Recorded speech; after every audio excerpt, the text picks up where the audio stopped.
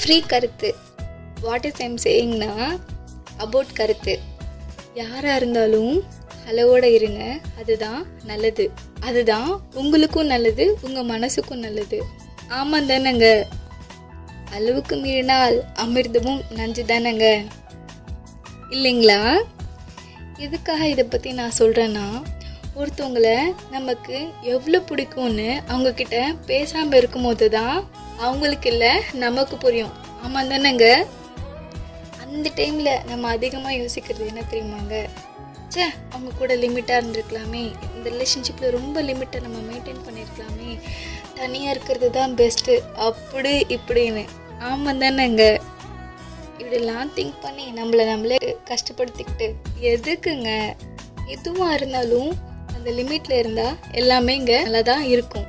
ஆமாம் தானேங்க?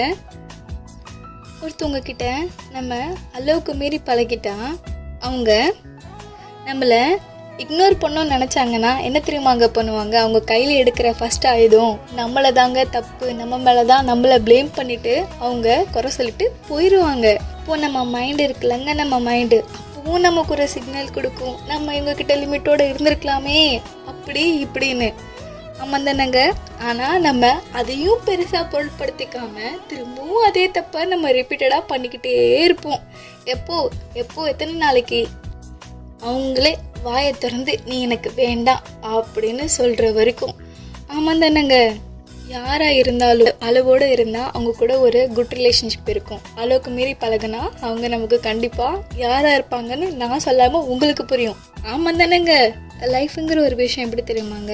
லைஃபுங்கிறது வாழ்கிறதுக்கு தான், இல்லாததை நினச்சி ஃபீல் பண்ணுறதுக்கு கிடையாது. நீ ஒன்று சொல்கிறேன், லைஃபு எல்லாருக்கும் ஒரே மாதிரி அமையாதுங்க. சந்தோஷங்கிறது கிடைக்கும் போதே அனுபவிச்சுக்கணும். புரியுதுங்களா? அதுக்கு பதிலாக நான் என்ன தப்பு பண்ணேன், நான் கரெக்டாக தானே இருக்கேன், எனக்கு ஏன் இவ்வளோ கஷ்டம் அப்படின்னு நீங்கள் யோசிச்சுட்டே இருந்தீங்கன்னா யோசிக்க மைண்டு இருக்குல்ல, நம்ம மைண்டு நம்மளை தான் கஷ்டப்படுத்தி அதுவும் சஃபர் ஆகும். ஆனால் ஆன்சர் மட்டும் எவ்வளோ யோசித்தாலும் கிடைக்காது. டென்ஷன், ஸ்ட்ரெஸ்ஸு, இது மட்டும்தான் நமக்கு ஃபைனலாக கிடைக்கும். இதை நீங்கள் திங்க் பண்ணிவிட்டு உங்கள் லைஃப்பில் எப்படி அப்கிரேட் ஆகணுங்கிறத யோசித்து உங்கள் லைஃப்பை எடுத்துகிட்டு போங்க. கொஞ்சம் கஷ்டம்தான், திங்க் பண்ணுங்கள், பாசிட்டிவாக புரியும் நான் சொல்கிறது.